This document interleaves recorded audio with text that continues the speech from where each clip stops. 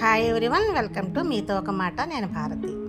మనం టెర్రస్ మీద కానీ లేదా నేల మీద కానీ ఒక 5-6 కుదుళ్ళు మనం ఈ విధంగా పచ్చిమిర్చి మొక్కలు పెట్టుకుంటే మన ఫ్యామిలీకి సరిపడా పచ్చిమిర్చి కాస్తాయండి. అంటే పచ్చిమిర్చి చాలా ఖరీదని కాదు, కాకపోతే మనం బయట పండించే పచ్చిమిర్చికి అయితే విపరీతమైన పురుగు మందులు అయితే వాడతారు.